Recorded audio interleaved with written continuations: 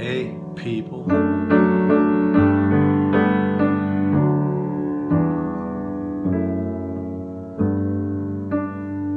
You know, sometimes you get tired and you think, well, this would be the wrong time to talk or say something because I'm so tired, and plus I have absolutely nothing to say. Nothing planned, but maybe that's the best. So I was talking to somebody about songs, of course, apropos of what we're all talking about, and rules for songwriting and how they apply and how they sometimes don't. Sometimes the structure that I talk about and talk incessantly about, you need a structure, and sometimes you may deliberately say, yes, my structure is to free myself of some rules. That's okay too. The songwriting is another thing. People, well, I don't know why I even do this. Why even bother to write? What's the point? And, you know, am I going to get famous? I'm going to make a bunch of money, pay my bills, buy some expensive cheese. I mean, maybe, but there's something about getting into songs, and I hope you guys have felt a bit of it. You're really on a tight, slightly harsh schedule, writing one song a week. And for some people, that is an incredible amount of songs. And some people, they don't write 6 songs a year. I know a lot of songwriters that don't. And I just want to say, without being obsequious, how much I just am like overwhelmed with admiration for everything that everybody's doing, writing and doing it and getting busy and inspiring themselves and others and me, and then feeding back on everybody's stuff. It's a delightful community. You know, one day we're going to meet somewhere like in Little Rock, and we'll sit down at dinner and talk about it over bowls of spaghetti. I'll have like iced tea and a salad. Chances are in Little Rock there will not be a kosher spaghetti place, but you know, who knows? By then anything could happen. But I was talking to somebody today, and you know, they said, well, I like how the songwriting makes me feel.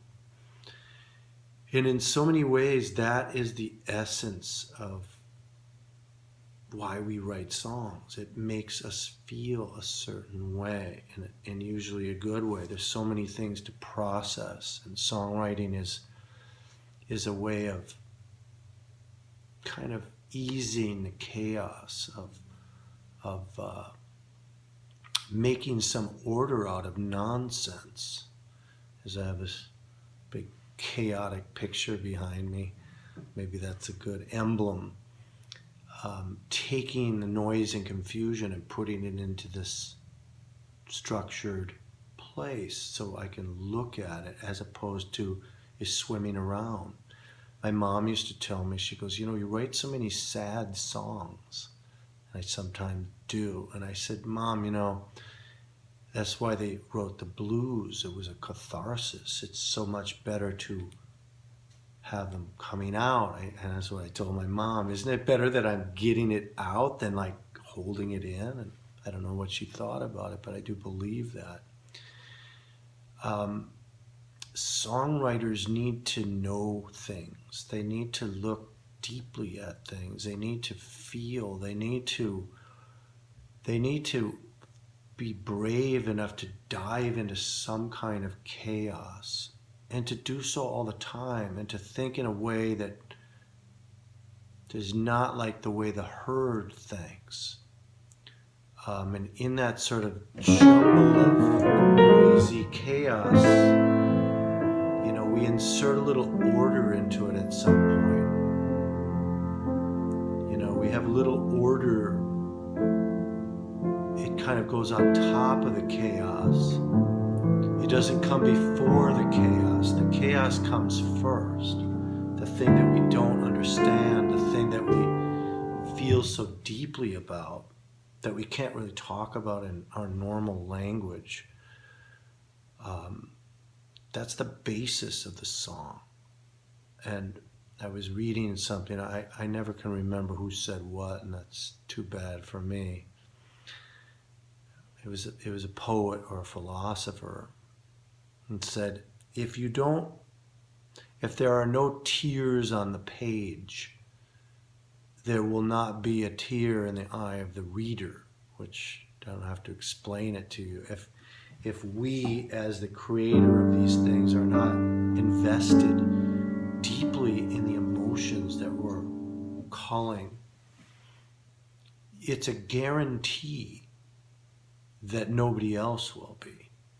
It's not a guarantee if we're steeped in the emotions that the listener will be as well. That's never assured. But it is a guarantee if we are not ourselves moved, sometimes to tears, sometimes to laughter, sometimes to some sort of prayerful, numinous state. Numinous is a word I love. I always get on these word kicks. Numinous is an old word which meant you suddenly felt the presence of the divine. It just came like on a Monday at 3:45.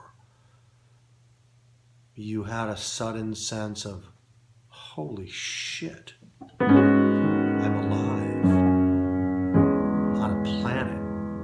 I have the ability to communicate with other people. That doesn't always freak us out because we're too sensitive to being judged and what's going to hurt us. But if we let go of that sense of being judged, that sense of imminent pain that could ensue at any time, we would feel that more. And it's in feeling that miraculousness, that sense of wonder, not about, hey man, I just won a prize and I just got my name in a thing. That's not wonder. Wonder is small. Here I am. Here are my hands. It's amazing that, I can use them to make sounds on a machine, called the piano. Well, that would be a great time, a great and propitious time to write. I wrote a song for all my kids after they were born. You might wonder, well, what the hell were you doing writing a song? Well, maybe my wife and the infant they were sleeping or something. But I stole away, and in those songs, I have 4 kids, so I wrote 4 of them, and they're special because not so much because of the song that they are, but because of the sort of energy, the chemicals in the air around the crafting of those songs. And it recalls that for me. That was a time of certainly of numinousness, of wonder, of radical amazement. And if we can put ourselves into that state of mind more and more often, the songs get better. And one of the ways that we put ourselves in that state of mind, of course, we can go into nature. We can look up at the stars. We can help people. And that all those things are delivery systems for one thing, one particular thing, is that we start to feel small. And when we feel small, it's paradoxical. We do not feel less than, we feel part of. That's a huge thing, to feel small. Whenever we feel that sense of enormity of the universe, however we get there, it could be serving food to somebody, it could be out, in a thunderstorm. It could be just like looking at your hand. I mean, if you're that kind of person, I wish I were. The writer needs to be comfortable with feeling small and then articulating that at all times. See, this isn't just chords and harmony, which of course are incredibly important. If we don't have chords and we don't know our harmony and we don't have a structure, it'll just be nebulous bullshit. But if all we have is chords and structure, we're just going to have some dry, unfeeling architecture. So it is always the fusion of the two, the chaos kept intact but ordered by structure and coming together and served up with the spirit of generosity and love. Sometimes these things are served up in the spirit of, look at me, aren't I fucking amazing? That's something that can't be avoided. I've done much and much of that in my life, you know. It's not good. It's not the best. The best is I felt a sense of wonder and humility. I wrote something. I want to share it with you because I believe this could help you beautify your life as the moment has beautified mine. It's simple as that.